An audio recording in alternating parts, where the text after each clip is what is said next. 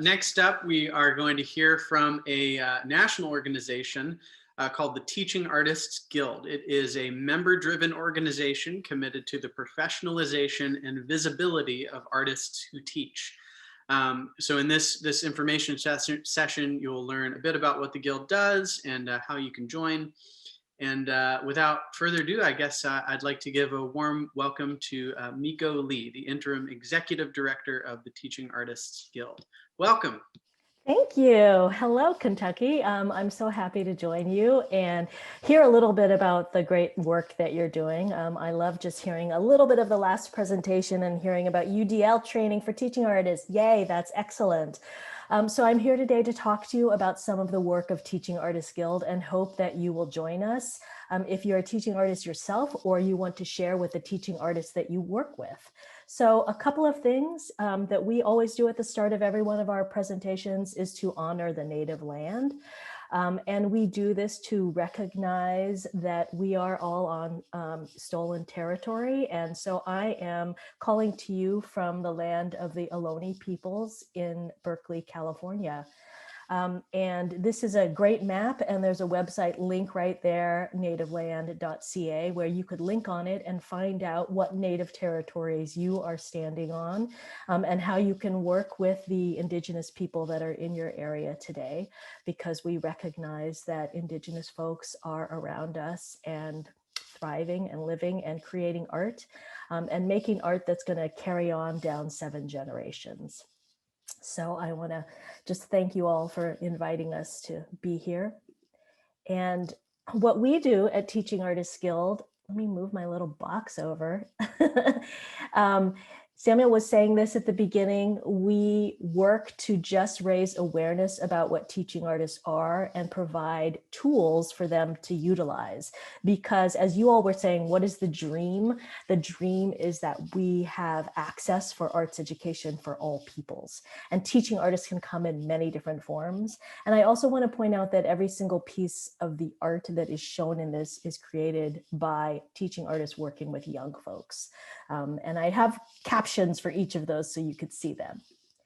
So I want to throw a question out to all of you that you could throw into the chat, and maybe Samuel can read some of those out. What does being a teaching artist mean to you? What's the first word that comes into your head when you think of teaching artist? So just throw into the chat, whatever that means to you. A teaching artist is someone who, throw some into the chat. And this is a sample while you're throwing them in the chat of 5th grade self-portraits about their visions for the future. And it was both obviously a mixed media project where they took their own portraits and then they dreamed about what they wanted to be and who they could be. This is a great example, and I have links to all of these lesson plans as well that I can share with you if you're interested in that. But this was a great example of a group of students who, when this artist first started working with them, when they asked about dreams, their dreams were of working at McDonald's. And that's fine, but that was as far as they can imagine. And it was through the teaching artist trajectory of her work with them that they started dreaming about becoming architects and artists and doctors and engineers.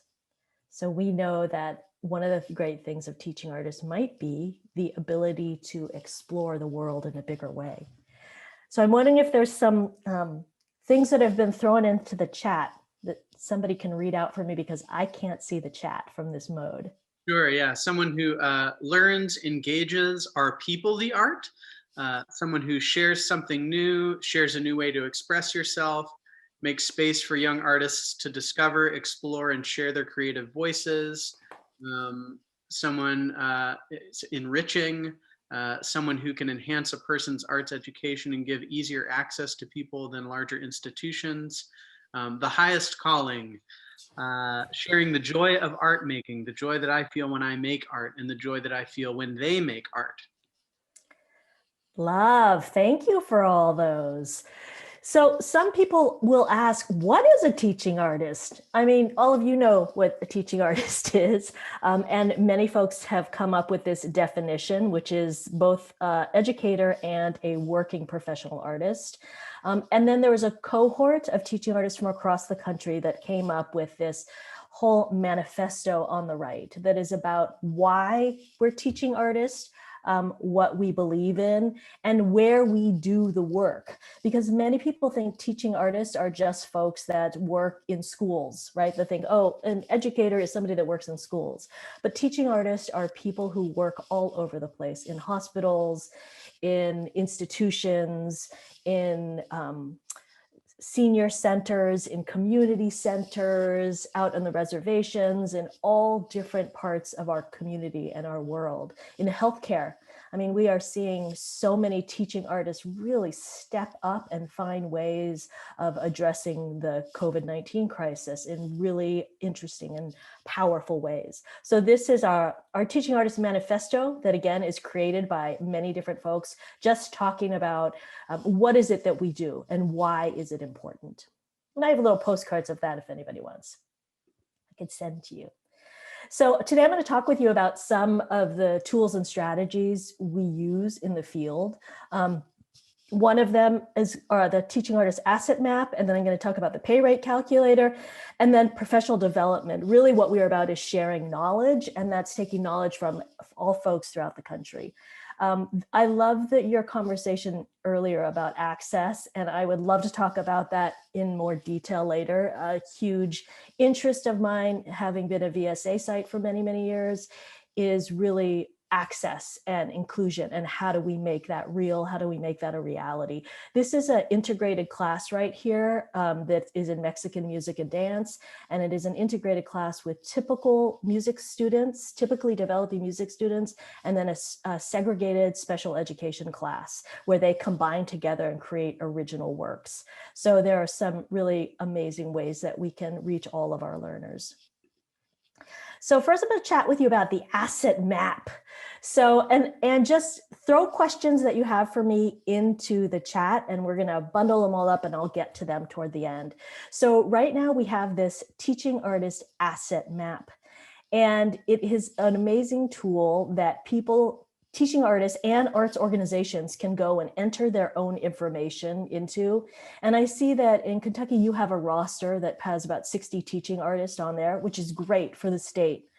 This is international, actually. And during our COVID-19 shelter-in-place times, where so many people are accessing so much information from all over the world, one of the things that we're finding is that people are getting hired from all over. And really, we are at this place where you can hire a person who's the top of their field to come into your site and offer teaching artistry. And it is a boon, it's a win for both sides. One, you get access to art forms that might not even be in your neighborhood, that might be from throughout the world. And then also it's providing work for those people. So for one quick example, we had Iowa was having this desert that arts desert, where they really wanted to be able to teach jazz. And they were able to hire a jazz musician in Memphis, Tennessee to teach in Iowa. So that's one of the ways the asset map is used. It is up to the arts organization and the teaching artist to update their own information. There's a part of the profile that is private, and then there's a part that's public. So I will say organizations such as in Los Angeles County Cultural Arts Partnership, instead of creating their own roster where they have to update it for the arts orgs and the artist, they are using the asset map instead, and then just blowing up that section, magnifying that section of their region on the asset map to showcase their teaching artists and arts organizations. So we encourage you, I know you have your own, but it's a great way to be able to utilize. And honestly, there is only one person in Kentucky right now. So we would love to have some of your folks show up and put themselves on the map. And why do we do this? We do this, one, so that we can have really strong field presence, and there is a power for us working together.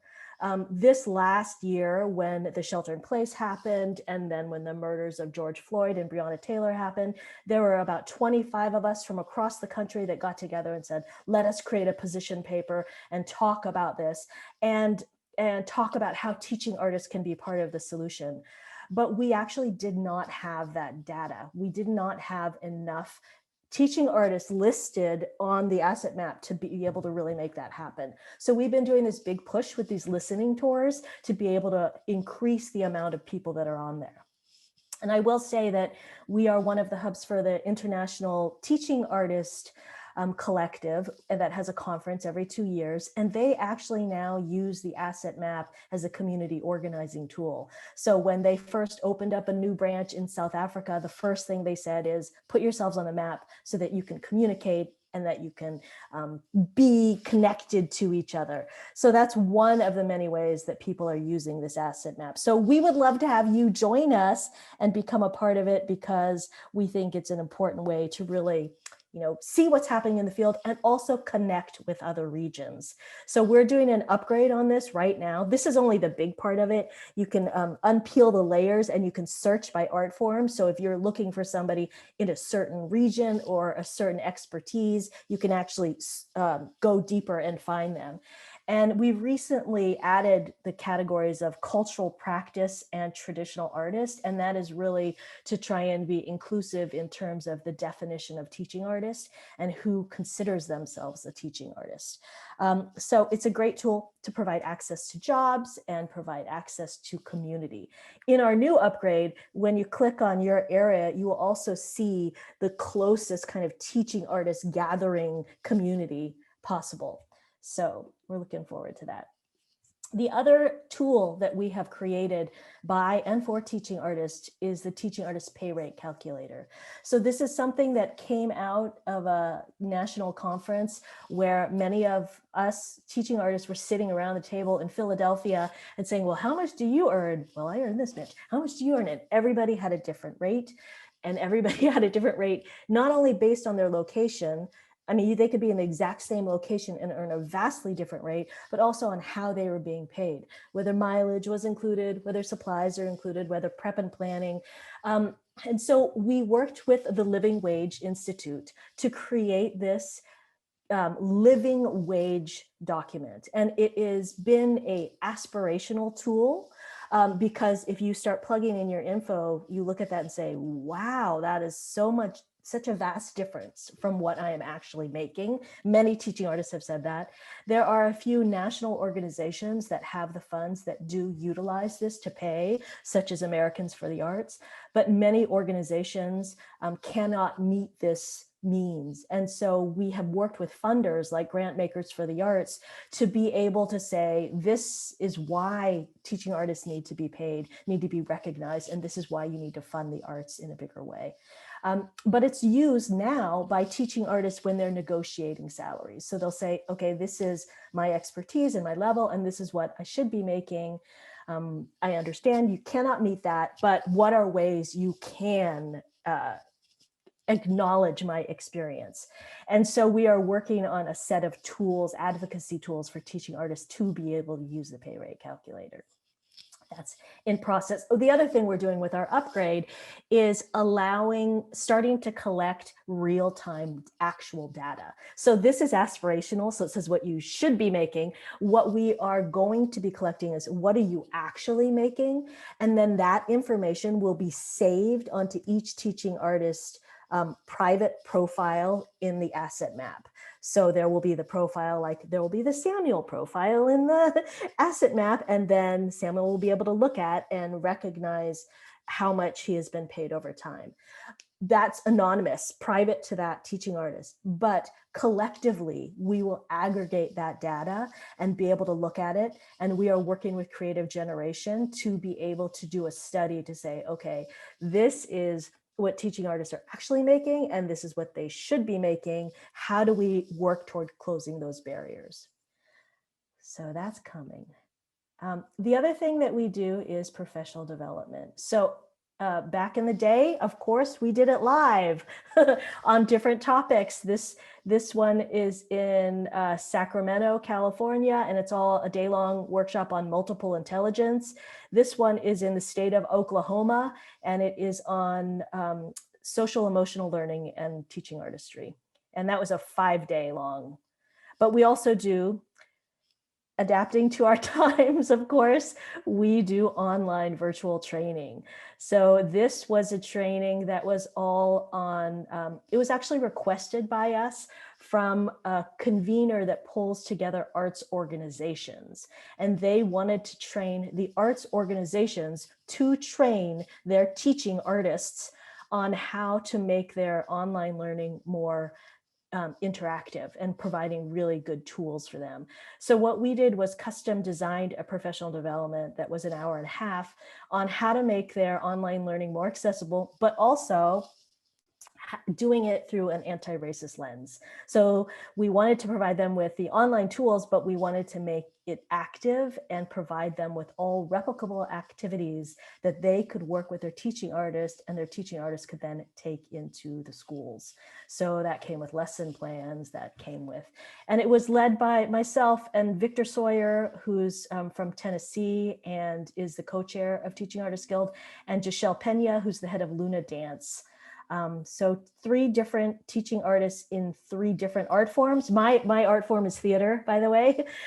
So 3 very different art forms and different approaches and different regions, because it was important for us to be able to showcase that for the students. We've just finished up another series last week, February 8th, and that was on advocacy for teaching artists. These are not recorded because they were very intimate gatherings in terms of people sharing their own stories and how they advocate for themselves. So we decided not to record that, but there is going to be an entire write-up, and it's based on an article that was written that was in our online journal, Insight.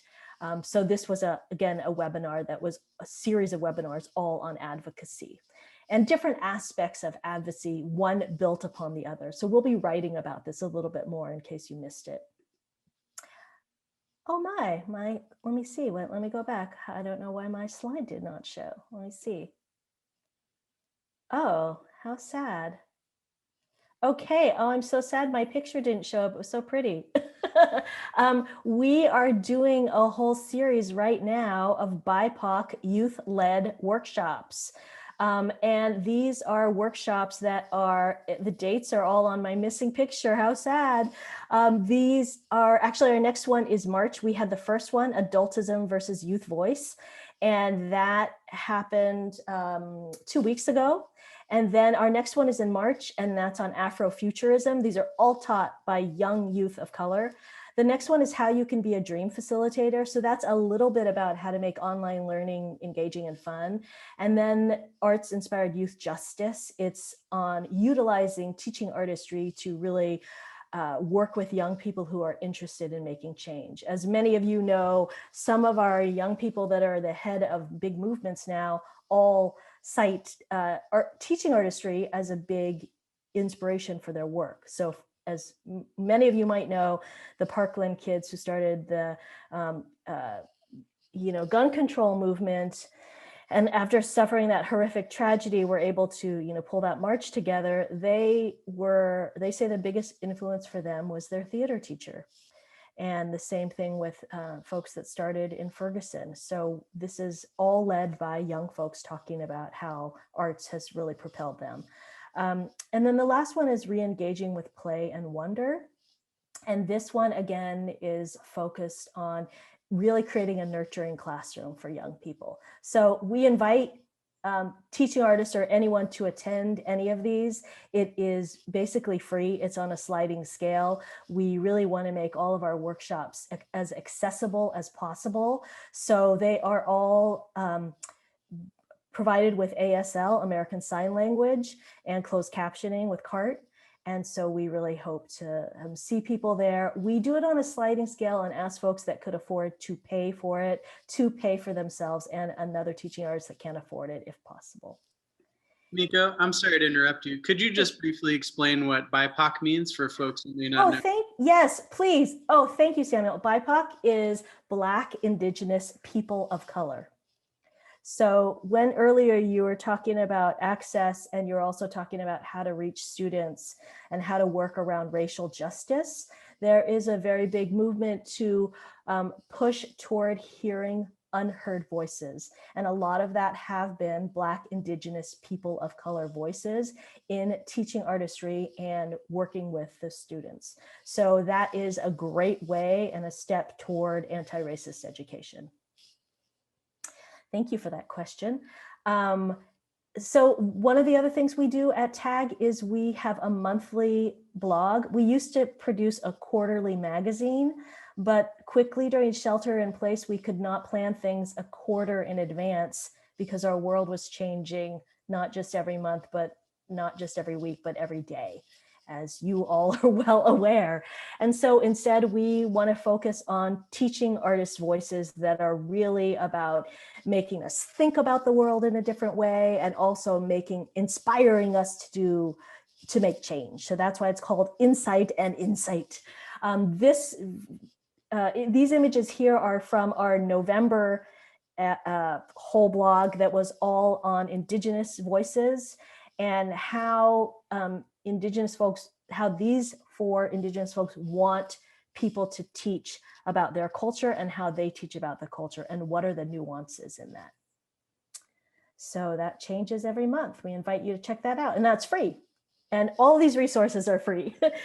This is around our knowledge sharing. This is our social justice database. And so again, for those of you that are looking for anti-racist works or anything that's around teaching around social justice issues, you can go in here and click in, and you can just search for whatever topic you want. This is a very well curated from our National Advisory Committee list. And since the most recent racial uprising, there has been an additional input into this database. So we invite you to look at it and give us feedback. What works, what doesn't work? What do you want to see more of? What doesn't make sense to you? We invite the feedback because that makes all of our work stronger. So the other thing that we did right after the shelter in place is we offered online, we have a whole section of our website that's just around COVID-19 resources for teaching artists, because we realize that we have to provide these opportunities for the community. So this has on here questions about employee versus contractor, filing for unemployment, some real nuts and bolts about just surviving the pandemic. So what we've been doing most recently is doing listening tours in different areas. And these have been from local communities. Some, the whole mid-Atlantic meets every week, and some places in California meet every week. And then some states are doing it brand new. Hawaii just had their very first gathering of teaching artists ever in the state. So really what we're trying to do is gather information. We are working toward developing an ecosystem for direct funding to teaching artists because we want people to have access to funds. We have held hundreds of these listening tours across the United States and the territories. And the 3 things that have come out of that is people want, of course, access to jobs and money because people are hurting right now. 2, they want a sense of community. How do they meet with other teaching artists and find out about their work and grow together and learn from each other? And I will say the sense of community. So I have been working with Teaching Artists Guild on the national leadership since its founding, so for over a decade. And one of the things that has always been an issue is community, because many times as teaching artists, we go into a site and we're by ourselves. You're just out there working at your facility, and to have most of art making is a collaborative process, especially for my form in theater and music and so many. I would say visual arts sometimes, not always, but many of us thrive on that work of feeding from each other and learning from each other. And so community has been the number 2 request of the listening tours. And then the third thing is access to anti-racist education. So while we cannot be the salve for everything, we have provided some of those tools, the jobs and money through the asset map, and we're starting again to build this ecosystem for direct funding. And that's why we want more people on the asset map so that they could be able to attain funding through that. We're not there yet, but we're going to get there. And 2, in terms of that sense of isolation. That's what these community gatherings are about, and to get into a broader community so you can join another part of a community that is doing work. So for instance, I've been leading these weekly National Teaching Artists gatherings on Thursday in collaboration with the National Guild for Community Schools. That is teaching artists talking about a response to a series of workshops. So there are other gatherings that you can get involved in a national level, in addition to the local level. And then that third thing that people request anti-racist materials, that is why we have the social justice database, so that people can be able to learn from that. We also started a Slack channel so that folks could gather and create curriculum in real time. After the uprising happened in Ferguson years ago, many teaching artists got together and started to create curriculum as a direct response to how to talk about racism in classrooms with students. And this is particularly with young folks, K-12. And so many of us got together and started Google Docs about how we'd share and create curriculum together. And that's why we created the Slack channel, so people could continue to collaborate on their own and take their work further and share with each other, really. So I want to throw back out my questions about and ask you, what did you learn about teaching artists? What are your hopes and dreams? I wonder if we can we transition so that I stop sharing and I can see people's faces?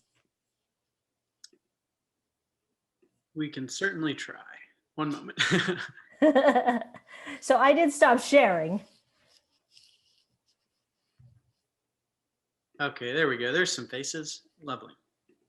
There's some faces. I would love it if people could, one, I open to questions. I'm also open to doing some activities with you all if you want, but I would love to hear what your hopes and dreams are for teaching artists in Kentucky. Well, if I can jump in real quick, one of the main things that I'm hearing that people would like to know is how to join the Teaching Artists Guild, how to get on the asset map and all of that.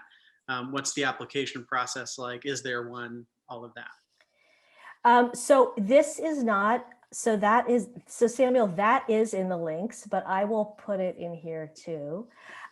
There is not an application process. So I will say, unlike a traditional roster of an organization where you apply to get on it, there is not an application process. So I'm gonna, oh yes, I do have the chat. There we go, yay chat. So I'm gonna throw here the link, that's the link to the asset map. And any arts organization and or teaching artists can go and put themselves on the map. And it just takes a day to process, and then you are on that map. We have talked about working with organizations to be able to put a stamp that this is a person that is with, let's say, young audiences. We haven't gotten there yet, but that is something that if we had additional funding, we could say, this is somebody that's, for instance, with the Kentucky Arts Council, right? We have not gotten there yet, but right now, anybody can put themselves on the map. So it is open access. We try and create as many tools that are open source as available.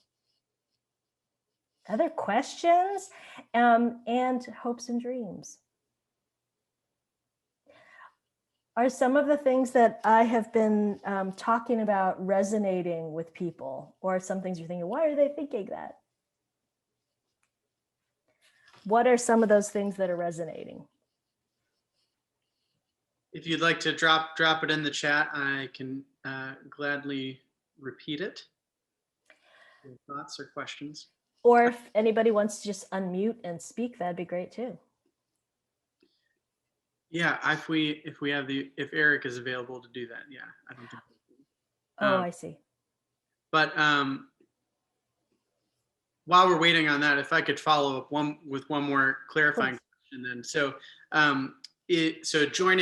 getting yourself on the asset map is different than being a member of the Teaching Artists Guild, right? Or those... No, it's not. That's the same. Okay. In the past, we used to have a membership because Years ago, we created, we actually did a national survey for teaching artists, and the number one thing that people said they needed was health insurance.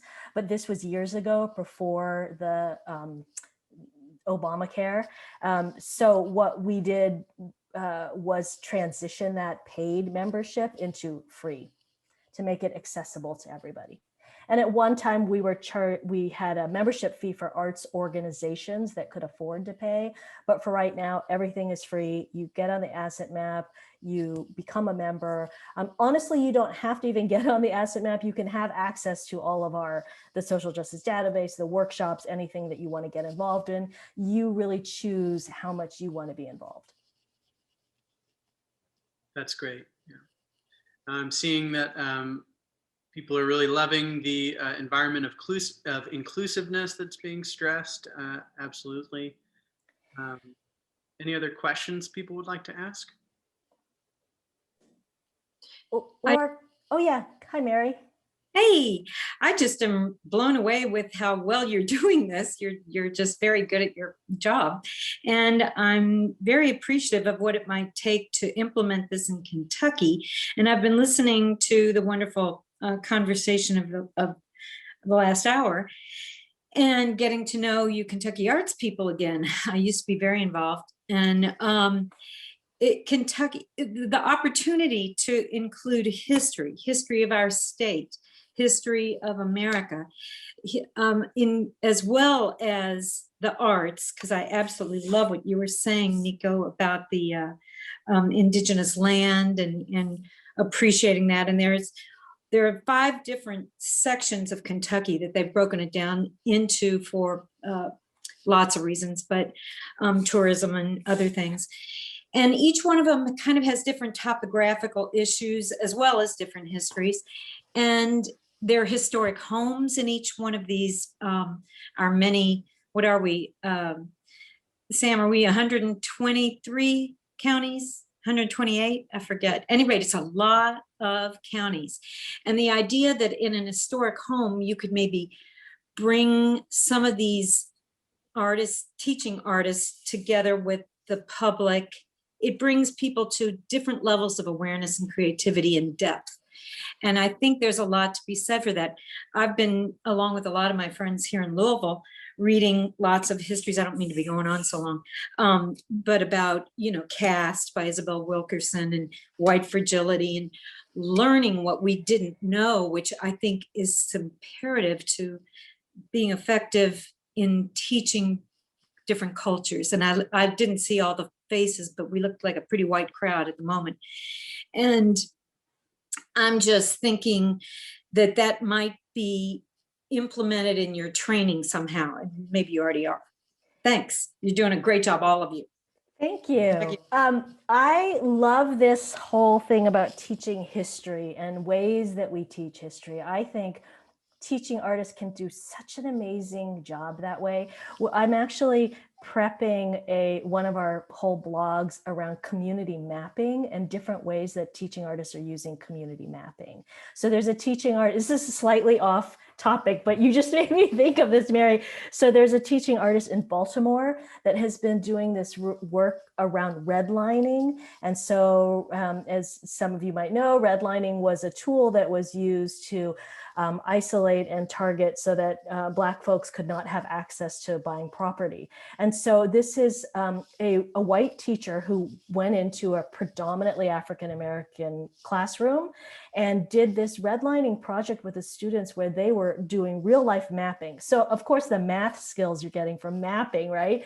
But then also doing the storytelling along with that, and then working on the map, a legitimate map, and then working on portraits that went with it. So you get so many different academic, integrated skills with that, right? You get history, you get language arts, you get visual arts, storytelling and theater. So I think the opportunities, and then just for a totally different example, In Hong Kong, they worked with elementary school students, so little bitties, to go out and do community mapping of the snack stands in their area. So this is like a different type of history, but real history and something that the kids were interested in. So they went to go and visit all the snack stands in the area, and then they drew little images and they created a community map that way. And now the Tourism Bureau is using their map because it's so cute. Why wouldn't you? But I think, so you could take it in a very like historical, serious approach, really trying to delve deeply, but then also this absolutely fun, engaging, getting young people where they're at. And that's one of the loves that I have, is to look at these very different examples, but they're basically doing the same thing, right? How do we tell a story that matters to us, that makes an impact on us, and how we can really teach people to transform the world through their arts? So thank you for bringing that up. And to your question about, or to your comment about the 5 sections of Kentucky, there are many places that are like that. So I'm, of course, calling to you from Northern California. We consider ourselves 3 different states in California because it's very different. You know, there's northern, southern, and then the middle. And so there is actually a whole tag branch in California.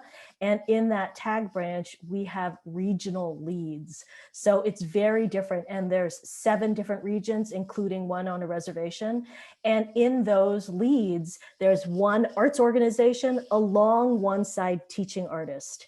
So, and in California, because of our population here, we ask the arts organization, if they're bringing along the teaching artist, that must be a Black, Indigenous, or person of color, because that our population in California needs to be representative of that.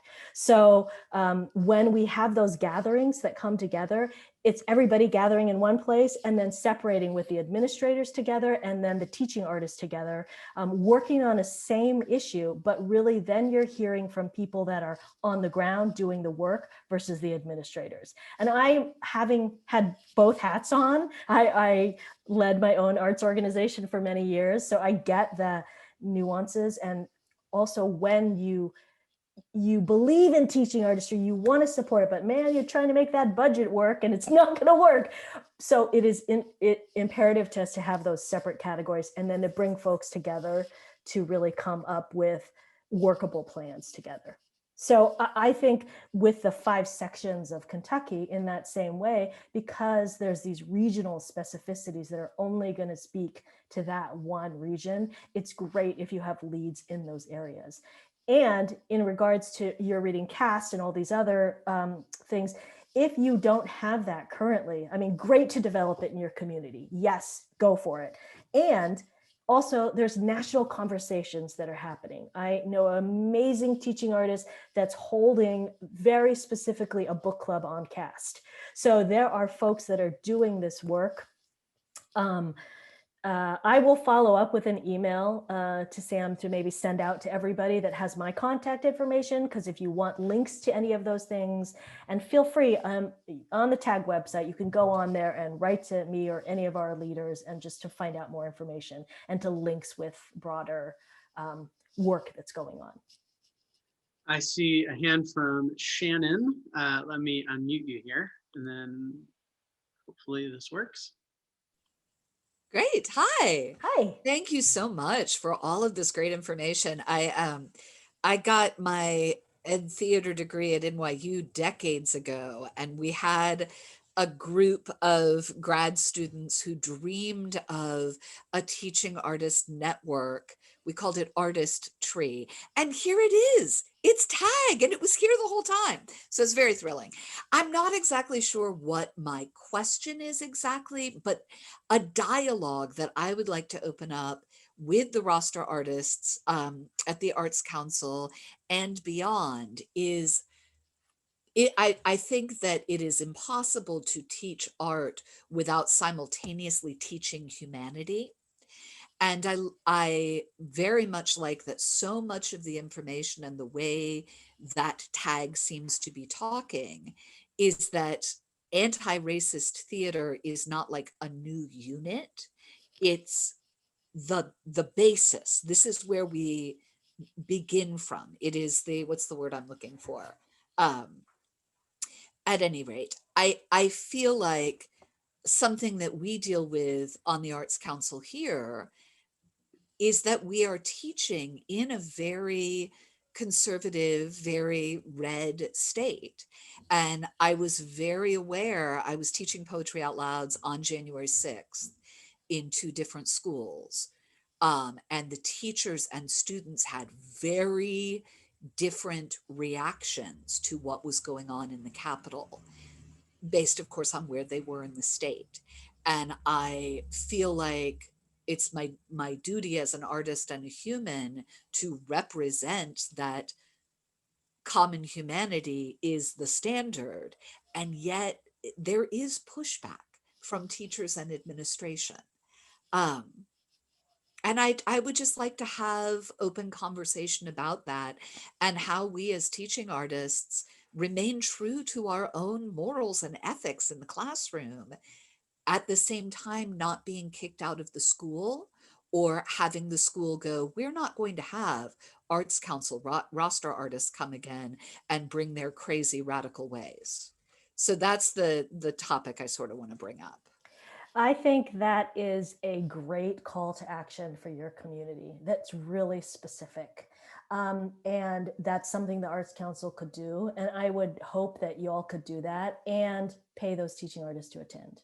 Because that's something deep, right? They need funds to be able to attend those kind of things. And there has been a similar thing in California with teaching artists that work with incarcerated youth. And actually ended up forming a whole network of folks to be able to collaborate, because in a little bit of what you're talking about is a kind of coded language, and you can imagine going into an institution like a young person's prison, a youth authority, or in California, there's a variety of ways that young people are incarcerated. So the levels of the language that you use, the materials that you can bring in, the conversations that you can have varies wildly. And that was actually why that network was formed. So, I'm happy to work with you all in some way to provide another voice. And I do feel like that is such a community-based thing, because you will know what is necessary and how to best reach your population of students and administrators, which is very different. The administrators and where they're coming from and the pressures they have is very different from where the students are at and what they're hearing and what they're feeling. I would like to, if it's okay, I'd like to address a couple of things from the chat. So first, do you have to have a background in education or be a school teacher with a degree to join the guild? I'm assuming the answer is no. The answer is no, but there is a checkbox that if you are a credentialed teacher, you can check that box. And I saw somewhere somebody asked, I think there was a question for me. I think many people, a lot of teaching artists might have a credential, and then it's a lovely thing to be able to check off if they have it, because some people are interested in that, but not all. Great. Most are not. Great. And it looks like you can join the Teaching Artists Guild as an organization. Can you say yes. how that works? Yes, it's the same thing. You fill out paperwork, you fill out online information about your organization, and then you're listed as an organization. So because we do both organizations and teaching artists, that's why people like LA County can use the map instead of creating their own map. So that's what I was talking about. They're magnifying that section because it basically has all the arts education folks in their area. Okay, great. So it's the same process. It takes a day or 2 days for us to go through and make sure everything links properly. Yeah, that makes a lot of sense.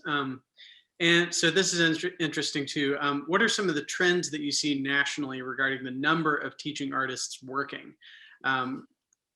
Kentucky used to have a very robust artist in residency program.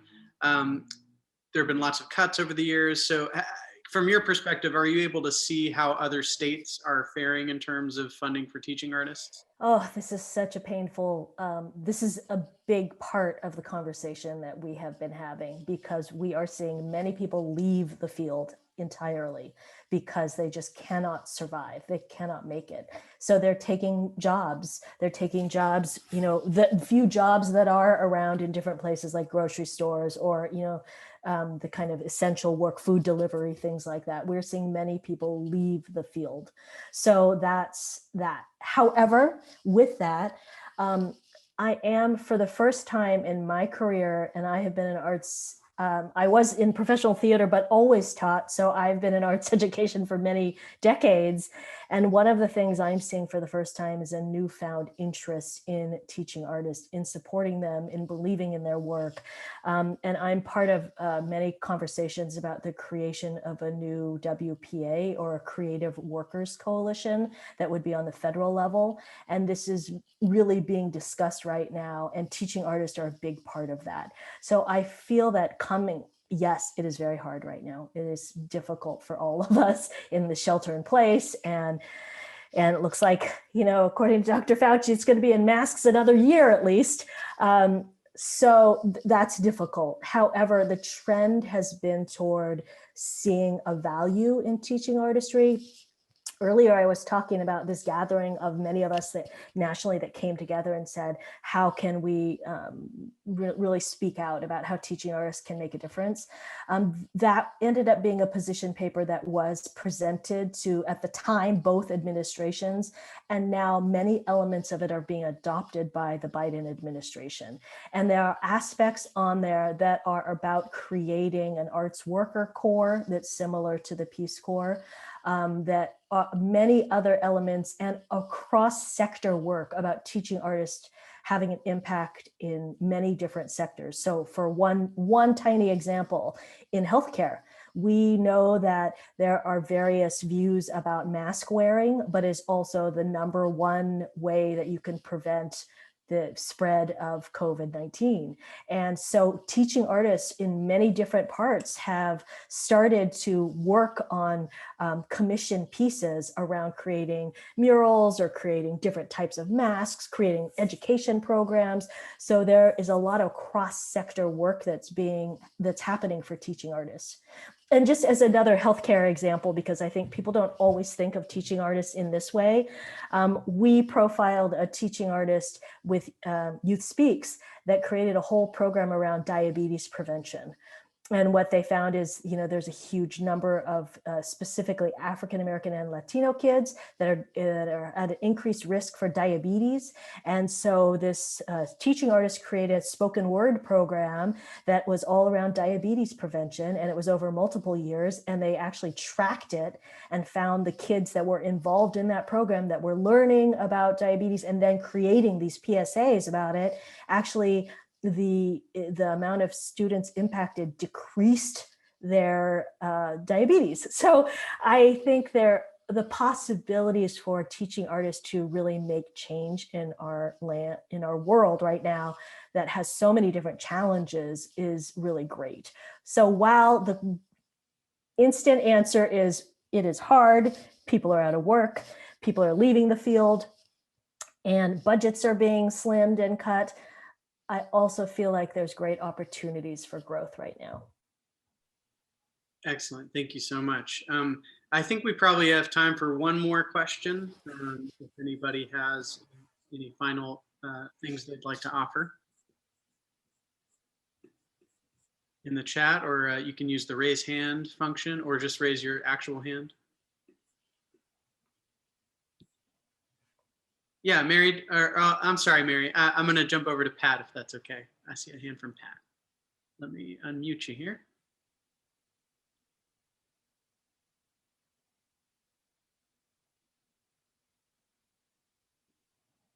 Is it working? Hang on. There you go. Okay, here we are. I just wanted to say that I've been part of the Arts Council programs for a lot of years. And one of the most beneficial things that I cherish was when the artists would get together once a year for about 4 days and have the educational workshops for policy and from experts, from different fields, but then also learning from each other and creating artwork out of your field with other people. It just really built an appreciation for what other people are doing. And the Arts Council has been a forum for that. And the funding cuts have been horrible. But I just wanted to throw it out there that there is that knowledge that the Arts Council has, and that they do try to bring us together when they can. But I think that connectivity is just, it's explain it to people.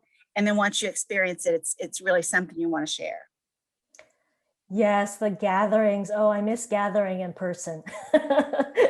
Gatherings are such a great way of growth. And, you know, every time I think about how difficult it is, I think about all of our young people right now that are growing up without that access.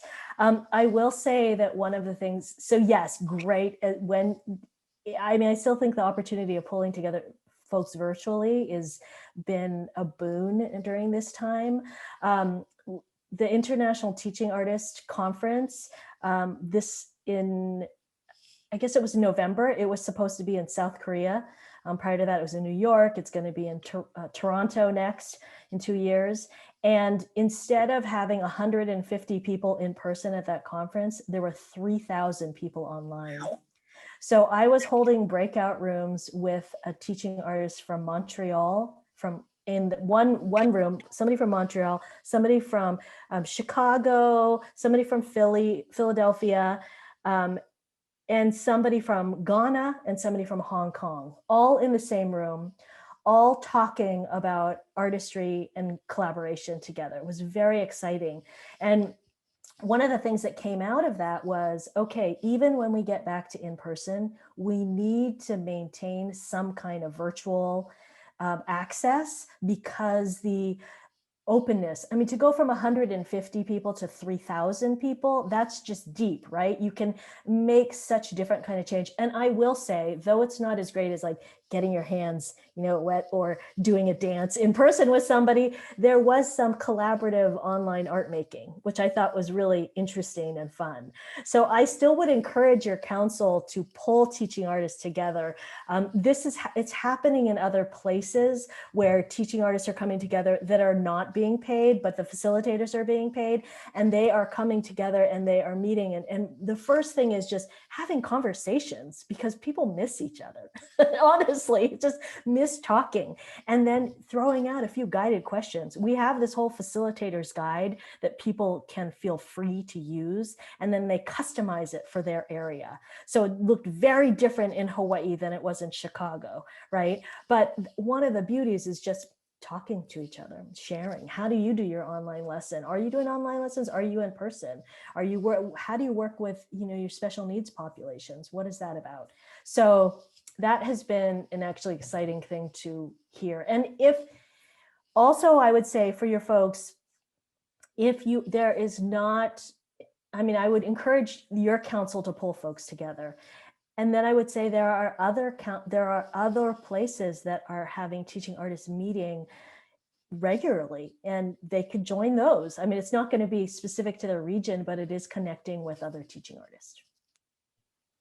Yeah, those are very, very excellent thoughts. I too deeply miss gathering in person. Unfortunately, there are teaching artists on our roster that I haven't even had the opportunity to meet yet.